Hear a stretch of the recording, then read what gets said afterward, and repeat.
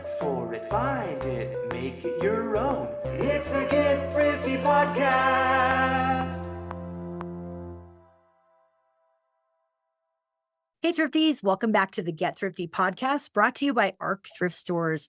ARC Thrift Stores is a nonprofit thrift store chain, and I am your host, Maggie Civic, and we are all about sharing everything that has to do with shopping secondhand. So if you're part of our unique thrift culture, please contact us. We would love to promote your business, your social channels, and share your stories and advice with our listeners. As always, you can find ARC on Instagram at ARC Thrift. Send us a DM and let's chat. Ladies and gentlemen, I'm super excited for today's guest. Desiree is the founder of Electrical Banana Vintage, an online vintage clothing business known for its curated 60s and 70s finds, Instagram and Facebook live sales, and vibrant community of vintage lovers across the country. Originally from New York City, and yes, we will ask all the questions about NYC, she discovered thrifting as a teenager in the 90s and quickly fell in love with the secondhand fashion as a form of creative expression. After spending 15 years as a teacher, Desiree followed her passion for vintage by working at Nashville's iconic Hip Zipper before launching her own business. Over the years, Electrical Banana Vintage has evolved through several iterations, ultimately finding success through virtual shopping experiences, live online sales, and meaningful customer connections. Today, Desiree combines personal styling, storytelling, and community building to give vintage clothing a meaningful second life. She also offers virtual personalized shopping appointments and welcomes clients to shop her collection in person through private appointment-only visits in her Nashville studio. Yes, we are going to talk about Nashville. Desiree, so excited. Welcome to the show. Thank you for having me. I am so pumped. This is going to be a lot of fun. You have like one of the most eclectic grids of Instagram I've ever seen. So jazzed for that. Thank you. Thank you so much. And let's start there. How does everyone find you? How can they follow along as they listen today? So I'm all over the place. The place where I mainly do my business is on Instagram, but you can also find me on Facebook. I just launched a eBay, an Etsy, and occasionally I'm on Whatnot. So lots of places to find me. Instagram and Instagram stories is probably the main place. It's so interesting. I'm going to ask you about the evolution because most people will come on here and go, well, I started on Etsy and I had like a small page on eBay, but you actually did this other stuff first. So let's go back. We want to kind of understand your origin story. Let's go all the way back to the 90s. How did you find secondhand? How did we get here? Okay. Oh my gosh, saying that makes me feel so old. But I am so grateful to have grown up in New York City in the 90s, which I think was really, truly shaped who I am. And I, walking the streets of the West and East Village and seeing these vintage shops, which were super unique at the time, it just kind of lit a fire under me. And really how it started was I had friends who were looking for clothes for the new school year and, dragged me to my first Goodwill, Salvation Army, mom and pop secondhand shop. And I don't know if I would have, maybe in later life I would have discovered these shops, but I was 12, 13, and my world was kind of blown open that secondhand existed and you can shop that way affordably and find amazing pieces. So that kind of cracked the door open for me. And then that's when I learned about vintage and about the shops, and I would go and window shop and peruse. And of course I couldn't afford anything at the time, but I was always dreaming and I was always kind of scheming and how can I, put together a really unique outfit. So thrifting and being inspired by the vintage stores in Manhattan kind of was how it all started. God, what a place to be born into this, thrifted culture. But now you're in the South. You were a teacher. How did it happen? Yeah. So it's really funny. I always think about this saying that the fabulous RuPaul says. RuPaul always says something to the effect of, the universe always tells you what you're meant to do. And it's a little bit more obvious than you even think. I think he says something like people try really hard to make things work that aren't working when the answer is right in front of you. And I think about that often because going back to when I was really little, I used to go to college with my mom. She was a single mom, and we lived with my grandparents. And she would take me to like 3-hour lectures, and I would bring my favorite toy, which was a cash register, and I would very quietly, because I was a very good child, very quietly play with my cash register and pretend that I was, doing inventory. And so I was doing that from a really, really young age. But I don't know, I just didn't really think anything of it. So I went first when I moved to Nashville, I worked at Betsy Johnson, which was really fun. And I learned about fashion there. And then I went into teaching, and which I loved, but I had this nagging thing, you have to do something more creative. You love vintage. What can this look like? And it was 6 years ago. I just decided, you know what? If I don't follow this nagging feeling, I'm going to regret it. And, I had taught for a long time, and I was getting kind of burnt out on that. And so I kind of just went in head first. The first step for me was really gaining some experience. So I worked at a vintage store. I wanted to learn as much as possible that way and get some, on the ground experience. And that taught me more about the clothing and also what it looks like to run a business. I was, fortunate to be able to go on buying trips with the owner and see what it's like to do all Wow, that. they're sourcing even at the hip zipper. Wow. Yeah. And so after a few years of being there, I thought, I need to try this and see if I can make a go at it. And I opened a brick and mortar. I couldn't afford to be in Nashville, unfortunately. But in my mind, I thought this was me just being naive and not really knowing much of anything at that point, and still learning. But in my mind, I thought, I'm not a real store unless I have a brick and mortar. I had fantasized this since a young age of like seeing these shops in the village and seeing the racks and the curated, just all the beauty that comes with that. And so in my mind, I wasn't a real shop until I had that brick and mortar. So it was about 45 minutes outside of Nashville in Columbia, Tennessee, which is actually a great town. And there are some really great vintage shops there, which I highly encourage anybody to go. One of my favorite shops is Cute Vintagey Things down there in Columbia. What a great. And she does an amazing job, the owner, at curating something and making it amazing. But I hated to drive. I hated the drive and, nearly an hour to open the shop and hang out there. And Be there there all wasn't, day. Yeah. yeah, there wasn't as much foot traffic. And honestly, at that point, 90% of my sales were online. I didn't love it. It wasn't giving me that spark of joy. And I'd worked really hard to set up a really curated, pretty shop, but at the end of the day, I was just miserable going down there every day. And I quickly realized this is my end game. This is my end goal. This is what I want to do forever. So how can I make this work? I want to make this work. I know I love vintage. I know I love this. What can I do? Yeah.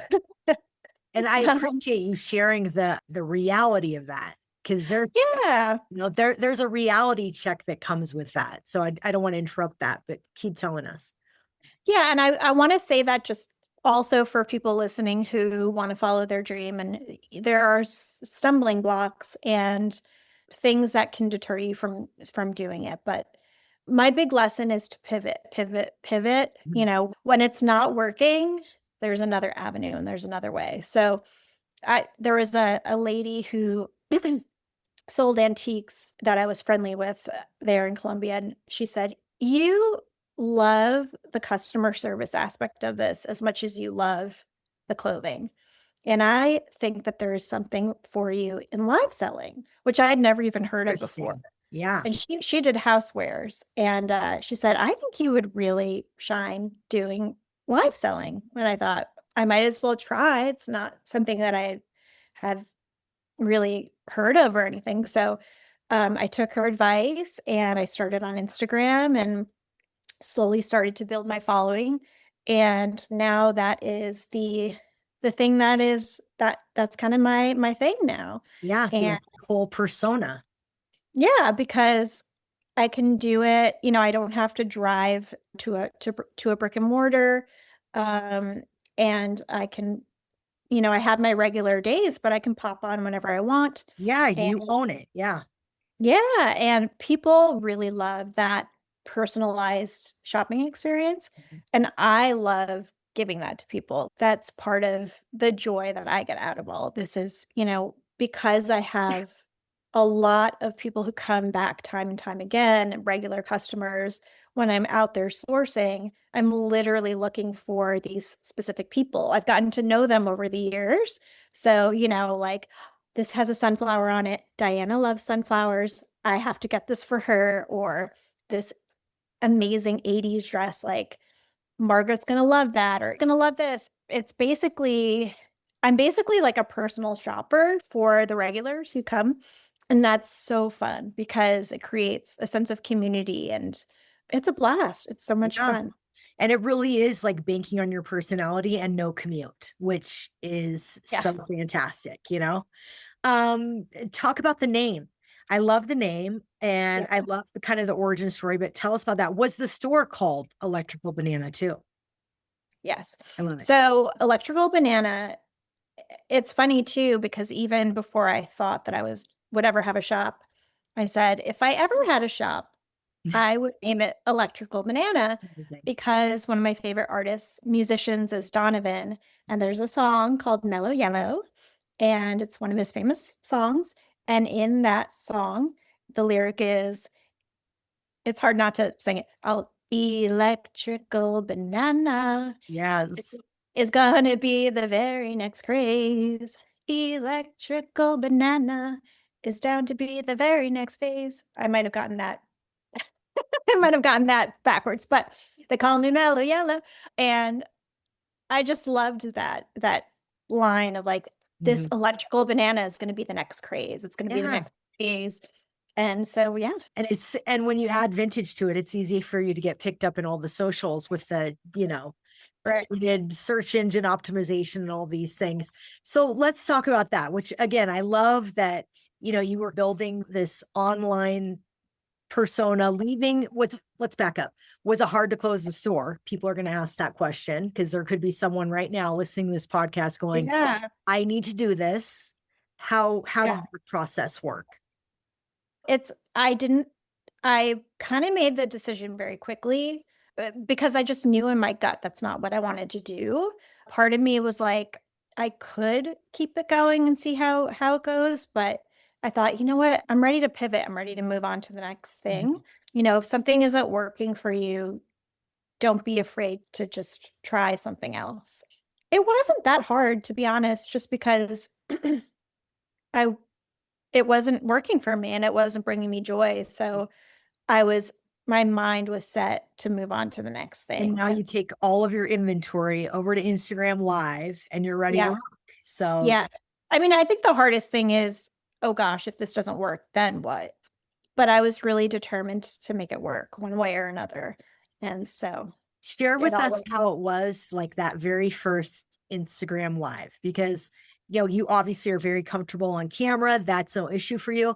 But what would be your advice to maybe someone who, walk us through that first Instagram? Yeah. What happened? How was it? Oh my gosh, I was so nervous. I was shaking, my voice was shaking. That is I so surprising to me. I was so nervous. Luckily, that particular live, when I first started, I would do, and I still do lives with other people, with other shops. Um, but I was on with 3 other shops. So that brought a level of comfort that I wasn't by myself. And then once I got more comfortable, I would do solo shows. But um, I often collaborate with other shops. It's more fun, in my opinion, than Sure. going solo because you can kind of chat vintage, and it's Yeah. this community. But yeah, I was so nervous. Yeah. I was But petrified. once you get into it though, and I love the community you've built. I think you do a really great job. And I do want to ask about like your sourcing trips because you kind of shout out people that you visit, which is so cool. Yeah, yeah. But Um, you're building that community. Talk to us about that a little bit. for the sourcing trips or building Well, community? both for like you started with the Instagram live. So how do you find these people? What's your advice for that?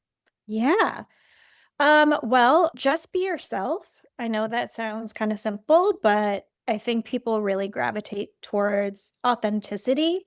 So be yourself, buy things that you like. That's a huge one for me because when I first started, and I think this is probably a pretty common mistake that people make, you just, if it's vintage, you're like, oh, this is vintage, I'm going to get it for the shop, you know? But once you kind of become more curated and know your customer, it's, you know, you kind of hone in on what you're going to get. Being authentic, knowing your customer, advertising, and doing all that stuff. I think another thing too that kind of sets people apart from other shops is being professional, friendly and professional. There are so many places where people can shop. They have a lot of options. So Mhm. why are they going to shop with you? And I think that's a big one is I'm a vintage seller, but I'm also a vintage customer. That I love it. I collect it.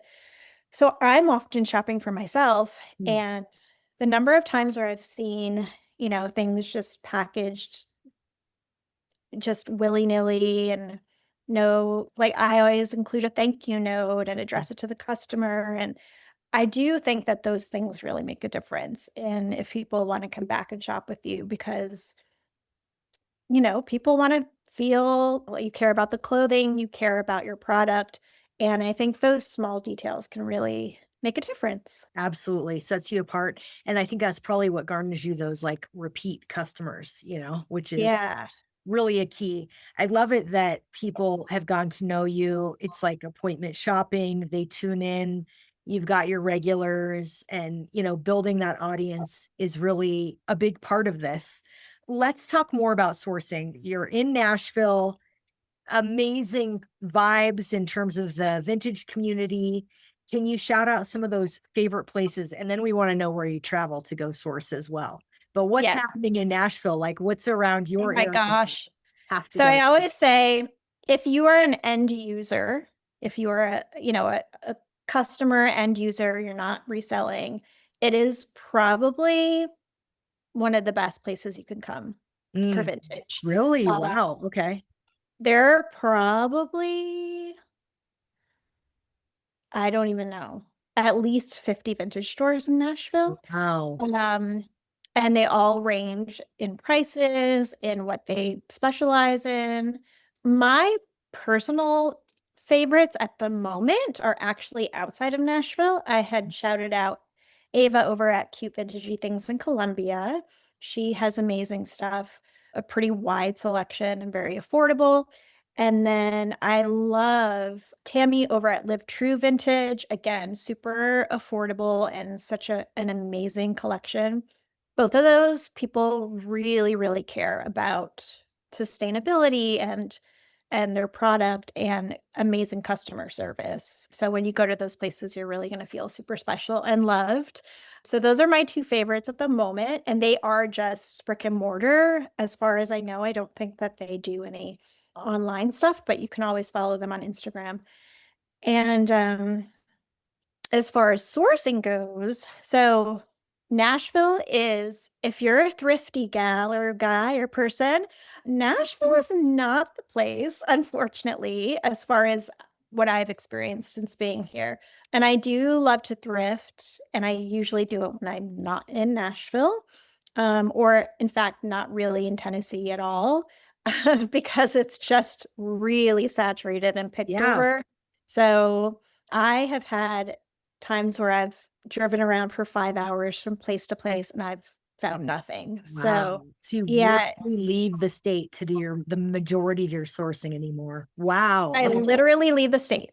Now I do personal buying appointments. So if people have vintage that they want to sell, I do that. So that I do that in Nashville and have some great repeat clients for that. Oh my Uh, gosh, the mid-century in Tennessee is probably like with the country music scene, huge. yes. I don't estate sale. It's very pricey here in Nashville, and I've had a couple of not the best experiences just with aggressive people. Right. Again, it's just like, yeah, it's a little vulture-y here as far as, the people sourcing. So I'm more of a kind of mellow person. And so I go out of state. And Wow. one of the things that I love to do is buy from vintage wholesalers. So Ooh, I've been tell doing us a lot about of it. this world. I'm definitely interested. So I learned about vintage wholesaling via a podcast, a fabulous podcast called My Best Vintage Life. And it is Bridget is the host of that show, and then her co-host is Art, and they run Baz Brothers Warehouse over in Fresno, California. Cool, cool, And- cool. Yeah, and that's where I learned about wholesaling. And so that's been a great experience because, it's a haul, obviously, to get there from Nashville to Fresno, but it's the size of a Costco. Wow. So you have vintage in a place the size of a Costco. Wow. And you're the only person there because they don't have multiple people shopping at the same time. So it's appointment only. And what makes it wholesale? Is it because it's bulk? Like this, I guess we need like a full on break it down to crayon level for us because this is new to me. Okay. So they I don't know where they source their stuff from, so I can't speak to that. But it's you make an appointment, it's by appointment, and then a lot of times they will have a minimum. So some Okay. places have $100 minimum, some places have a $1,500 minimum. Uh it all depends on the place. Some places specialize in 90s Y2K. Some places specialize in workwear, denim. Some places have everything. And so yeah, you make an appointment. Usually you need to do it pretty far in advance, and it is more expensive than a thrift shop. It's more expensive maybe than well, I guess it depends on where you are, maybe some estate sales, but the beauty of it is that I'll go and I'll have my inventory that I'll have for the next few months, and Wow. I don't have to go outsourcing every week or so it makes life a little bit easier. And since I can't really thrift here in Nashville, or when I do, it's just so sparse, it really is nice. And some people are really treasure hunters and can thrift all day long. But for me, I really like it's very appealing to me to have everything in one place, and you can kind of source and pick what you want And from it's all of like a Costco and you're by yourself and you can just, how that. fun. Yes, yes. I mean, for me, it's perfect because it it it just takes out a lot of the work of like driving around, Yeah. just trying to find a needle in a haystack here in Nashville. Yeah. So it's been really, really helpful for my business. Is this on the rise? Like, I'm dying to understand, like, because it's probably, like you said, a little bit more expensive, but if it It is. specializes in mid-century modern, for instance, or, whatever it is that you're looking for, you're right. The savings in time is so interesting. I wonder if ARC needs to do something, but this is curated items. So Yeah. it probably took your friends that run this place would Ava, wait, it's not Ava. What was the name of your friends? Bridget and Art. It probably takes them a while to curate this. This is like also a gift, an art form in sourcing all of this. So it's fascinating. I wonder if they have any deals or thrift stores. I need to reach out. Reach out for sure. Yeah, I do not know. I know that Art's brother also has a warehouse in LA, which I have not been to. And I've also been to another great wholesaler. LA Vintage in LA, which is fantastic. And then there's another wholesaler in Atlanta called Clothing Warehouse, Oh, wow. which is a little bit, I wish they specialized more in 60s and 70s. Mhm. They do more 80s, 90s Y2K, which isn't really, I don't do that as much. So unfortunately, I have not found a wholesaler that's drivable from me. But if anybody knows, please let me know. Yeah. Um, I think too, I don't know if if they're on the rise or not. I'm not sure. I do know some other sellers who buy that way, but I think that there's a real, I don't know if it's a problem, but a real thing with people kind of gatekeeping where they source from. Yeah. Uh, and I think there's so much secondhand clothes and there's a lot of vintage for everybody. So I think a way to look at it is we want to keep these places in business, right? Because they Sure. also need to stay in business. And the way that we do that is promoting. Mhm. And so for me, that's important that we create a vintage community that is inclusive and that is supporting and that is that we're all helping each other out as much as possible. So Yeah. yeah, so share your Share where you source. Yeah. yeah, share your resources and there's enough for everybody. Absolutely. Yeah. Many people have come on this podcast and we all agree America has a stuff problem. Shout out Nashville Flippers. They're the ones who first said that on one of our pods. And I was like, it's so true. We do have a stuff problem. There's more than enough to go around. But I think you do a really great job, especially in your content and your recent like sourcing trips of like tagging your fellow partners in this world. Um, Yeah. it's a group effort. Talk about where you've been sourcing recently. I see like all these fun names on your Instagram page, and I'm like, oh, besides just warehouse or wholesale Yeah. sourcing, talk about what else you're up to in terms of your travels. I was just at an antique mall in Kentucky, and some of the vendors there will source specifically for resellers. So that has been fantastic. Auto on your list. Come. Ooh, I have never been to Colorado. Oh, What is the scene like there? you will not be disappointed. We've got tons of vintage. Our stores are huge. So our thrift stores are about 30 to 40,000 square feet. And just lots of stuff. We are definitely into stuff. We're opening a store, if you do come this way, in San Antonio, Texas, so maybe you can kind of drive that way and then up through New Mexico. I have 2 stores there now, and then we've got 40 in Colorado, so tons of options. So our thrift is in Colorado, New Mexico, and Texas. Yes, all 3. Yes. And we Okay. have just a great group of vintage resellers. The Mod Squad is here. That's Mid Mod Marion, Mid Mod Mike, Mid Mod Nomad.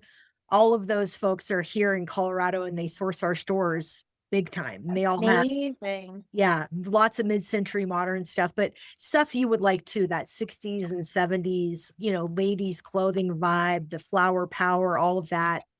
Yeah. Colorado's definitely a mecca for thrift. And I love it that you're, starting to dip your toe into Etsy and eBay. Again, Mhm. such a fun, most people start there. You did it the other way around.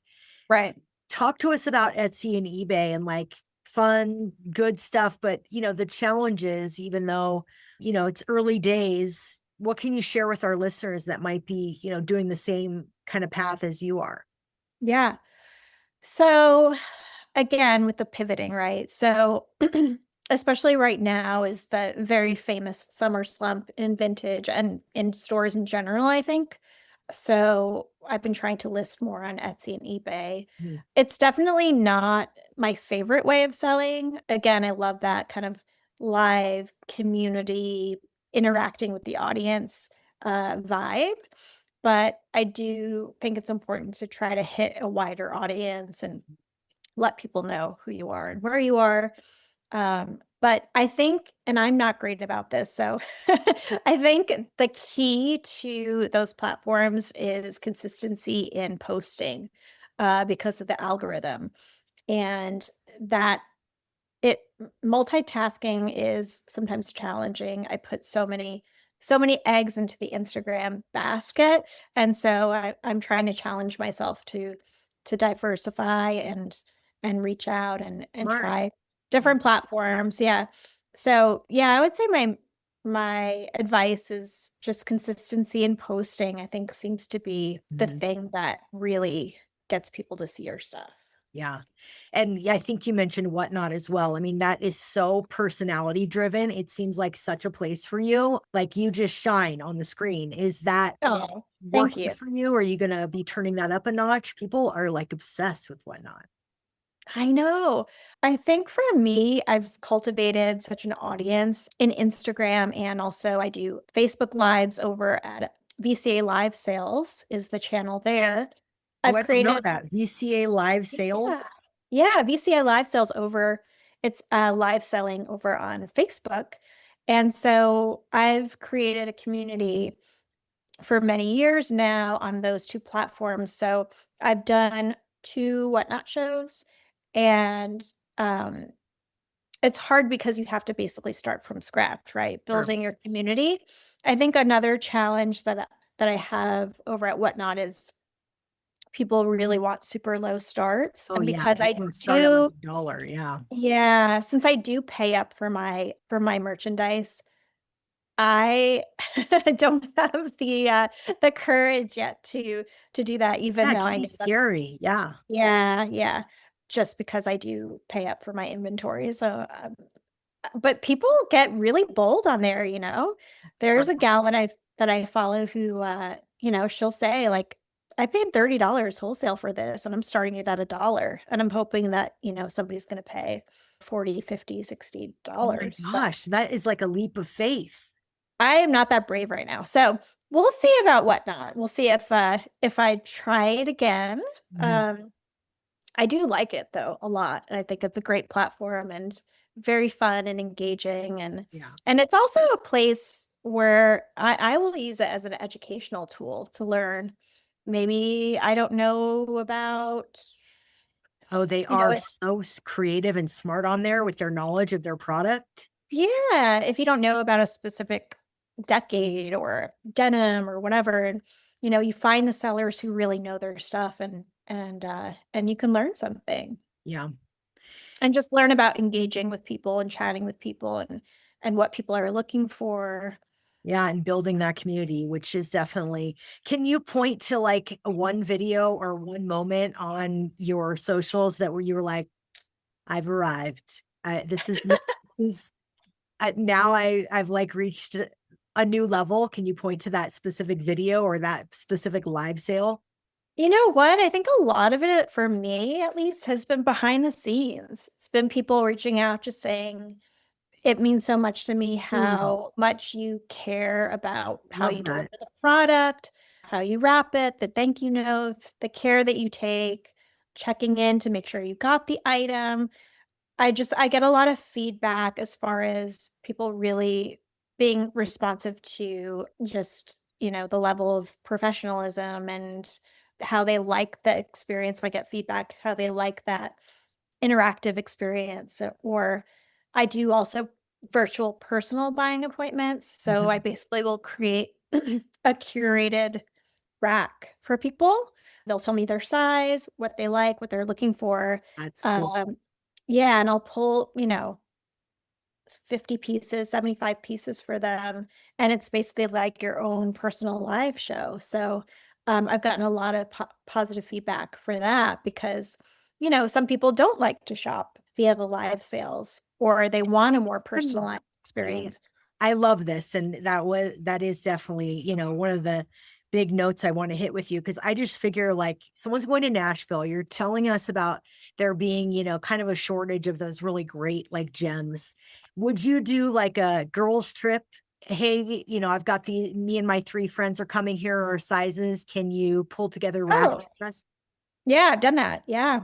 Okay, Yeah. talk about that because I think this is a really unique niche and something that our listeners might be really into. Who's not doing it's my 40th birthday Nashville trip.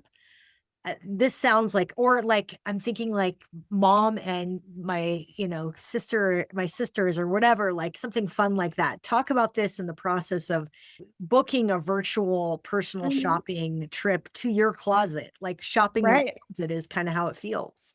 Exactly. Yeah. Yeah. I've had a dad bring his daughter to this space and Cute. shop, and I've had a mother and daughter. I've had bachelorette parties come and shop the space. Yeah, it's super fun, especially because everything is curated. I mean, I have everything else that's in my shop, of course, but I have, if someone is coming specifically for this buying appointment, I will curate racks for them. I'll get all their information. What do you like? What's your size? Yeah, and it just is a little personal shopping experience. Love it. And So yeah, fun. we could do that virtually or in the store too. Wow. Okay. Now, when you say in the store, is this like your In home? the yeah, in the studio space. Yeah. Wow. Okay. Yes. See, that makes it even cooler. Okay. So you got rid of the brick and mortar, but you kept like a separate studio space. Yeah.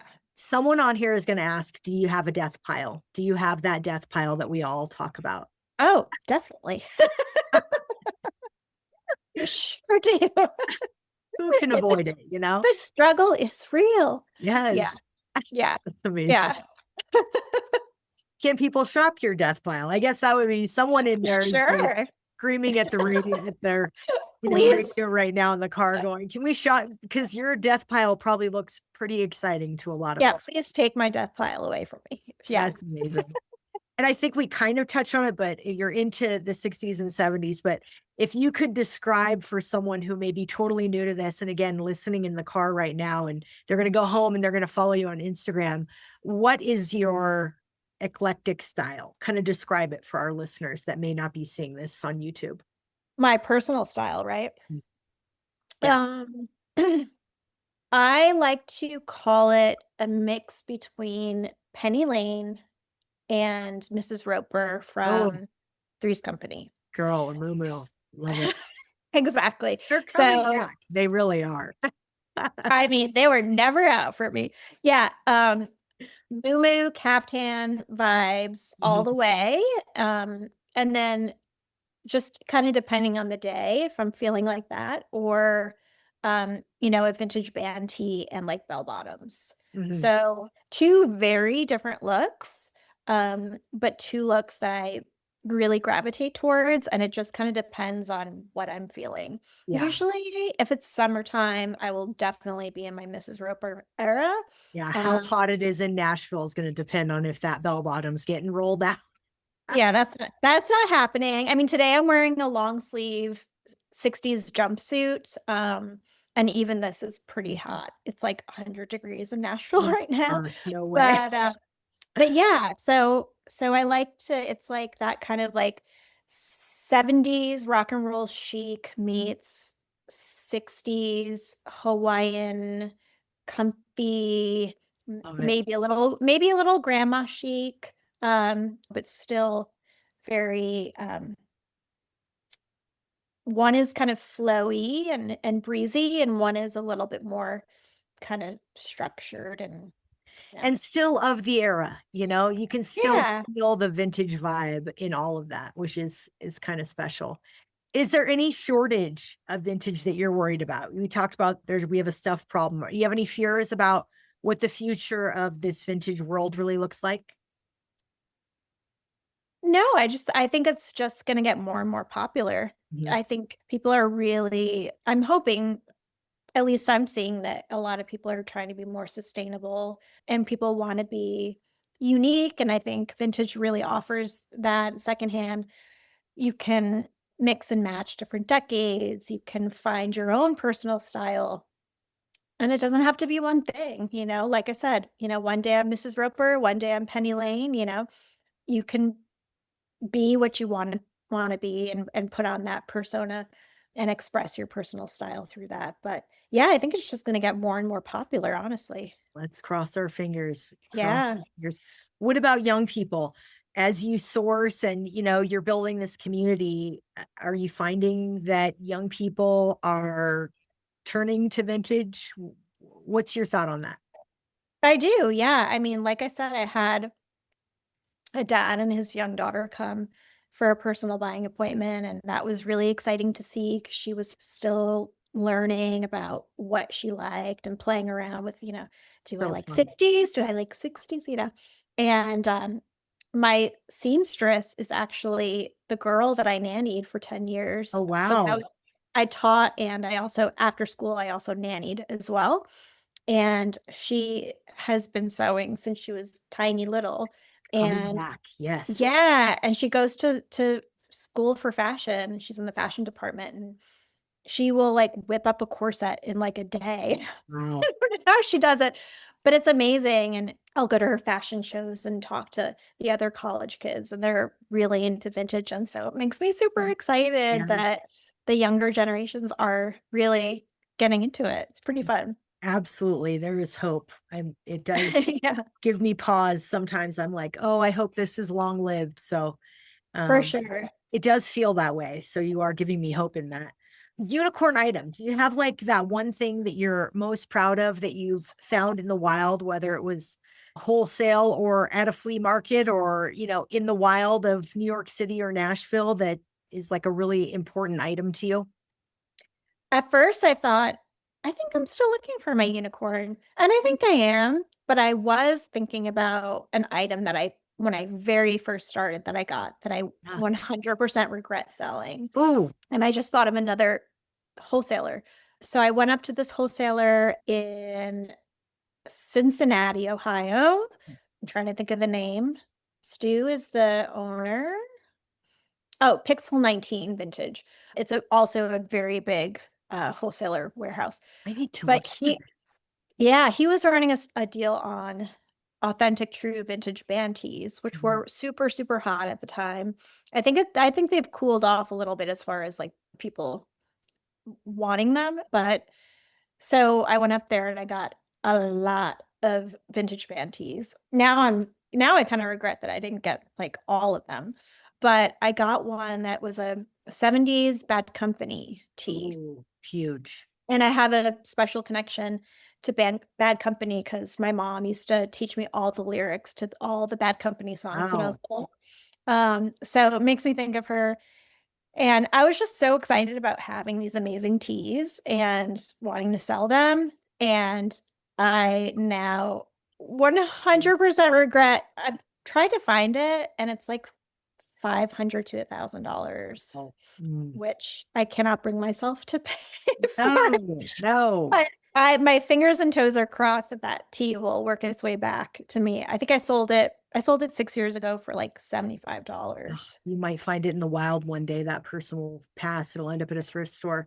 But I it's know. your manifesting item then. I mean, it's got to be, let's bring it back. Back to me t-shirt. Yeah. Anyone's listening, Bad Company, I mean, it's got its rare vibe too. It's not the immediate like Fleetwood Mac or whatever. Bad Yeah, Company's a little more rare. So, it is a black rock and roll fantasy 70s Bad Company tee. all right. You So said it. good. The universe will provide. As I like to say, the art thrift store gods will provide. So who knows? Maybe you put Colorado on your list. You end up here. For sure. For sure. Yeah. And now you have one in San Antonio. I was actually Yes. chatting with a friend of mine who is a doctor, but she sells kind of as a hobby. Ooh, And we were talking about maybe she lives in Dallas, I believe. We were only an talking about hour. So yes. doing a road trip, like a Texas vintage finding road trip. So I think that Yeah. could be really fun. Okay. So You have I will to keep me definitely posted. Yes. check you guys out for Yeah. sure. Yeah, it'll be our first Texas store, not to be the last. We've got big dreams there to do like, up to 10 stores in that area. I'm thinking like Austin. I just interviewed the Yes. guy from ThriftCon and he's in Arlington and he's like says it's the best and that we need to come. So on that Amazing. note, what's next for Electrical Banana? What's anything on the horizon we should be on the lookout for? Let's see what's on the horizon. I don't even know. I I'm love that answer. I'm just doing the thing every day. I'm going to try to diversify a little bit. We'll see how that goes as far as maybe doing more whatnot shows. Definitely going to be slowly adding more to eBay and Etsy. Yeah, I mean, like I said, just always kind of pivoting. That's very much, I did my master's degree many moons ago now. It's been like 8 years. And we had this capstone project. And every other time we met with him, he was like, pivot. So you Yeah. really are doing like, high-end thinking when have the ability and the flexibility to pivot an idea. So kudos. Yeah. Yeah. Yeah. And the Instagram live sales are my bread and butter. So I will be there. I'm there anywhere, honestly, between 2 and 5 days a week. And the best way that you can learn about what's next is through my Instagram stories. So Yep. I'm usually on Tuesdays and Thursdays regularly. And then I do some other pop-ups here and there. Smart to do appointment viewing, so people know Yeah. it's in their calendar. And then, like I said, I'm always offering virtual buying appointments and in-person buying appointments. So If anyone does that, reach out. I want to hear how it goes. I want to see some behind the scenes. I mean, do let people film. They're going to be out. yeah, sure. Amazing. Desiree, you're making me smile today. It's perfect to Aw. start our week off this way. And I always say that this podcast is devoted to normalizing shopping secondhand, spreading the good word, but it really is people like you who are living it out loud, inviting people into their space to share their vintage collection with the world. They're going to keep this going for years to come. So thank you for your service to our industry. We're forever grateful. Keep doing it. I will. And I have to tell you, I mean, it's not a huge deal, but my Dolly story. And that's what we always end with. So in every podcast, we like to give a shout out to my personal hero, one Miss Dolly Parton. I do have a side note here that is highlighted in red from my producer that says, you have a Dolly encounter, which is so rare on this podcast. So I didn't want to get my hopes up, but she literally has the word encounter specked out in bold and red in italic. So I don't want to get too excited, but Desiree, thoughts, feelings about the Queen? Okay, don't get excited. It wasn't an encounter. It was a mini encounter. I didn't talk to her, but I was very close to her. So that counts for something. It does. So she lives close to me. And I was going to so I'm a cat lover. I have 5 cats. And I was going to my local pet food store.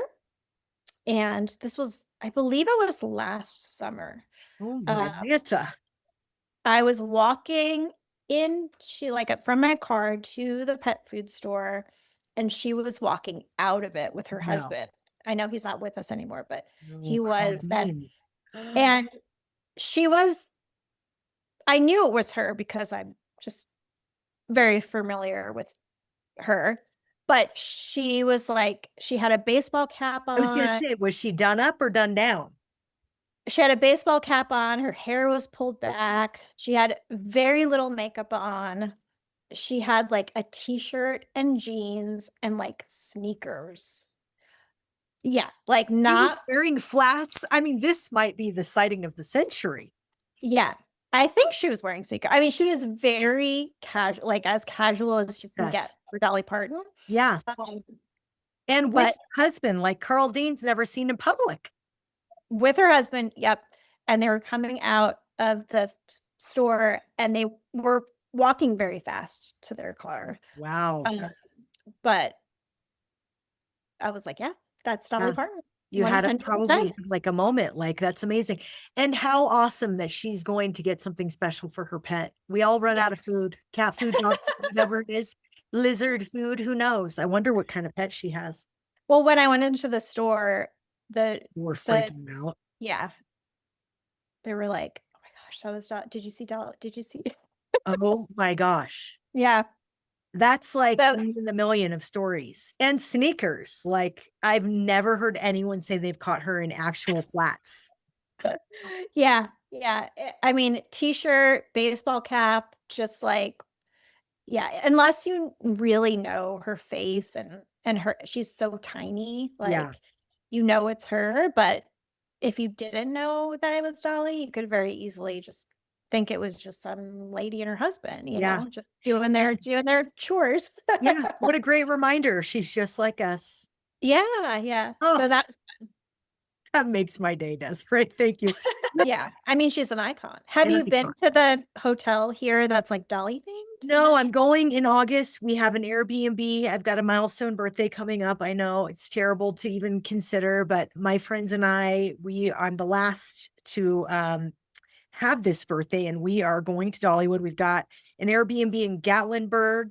We're going to the Dukes of Hazzard Museum. We're doing a day at Dollywood, and we are going to cross our fingers that we, run into her or something of that nature. We've been doing this podcast for 6 years. We have never failed to mention Dolly on any episode ever in those 6 years. I And love that. yeah, we think she's an amazing lady, and she just kind I of, mean, she is. She yeah, 100% is so inspiring, like not just with her fashion, but just her sense life. of Yeah. humanity and love, and oh my Yeah. gosh, she's the queen. Apparently she's doing like her own little Bucky's, but better. Right. Yeah. Have you been yet? Is it close to where you are? Where is it? Cornerstone or Cornerville I or? don't know. I heard it, but I don't know. I don't know where it is or anything. So Yeah. I'll be on the lookout for that for sure. Right. I'll take them pictures and send them to you. Yes, please do. She had a little press conference, and she said something about we can't leave it to the beavers, because the Bucky's or whatnot. I thought that was so cute. But I think it's just amazing what she continues to stay up to, and as she just goes into this next chapter, and it's got to be so sad.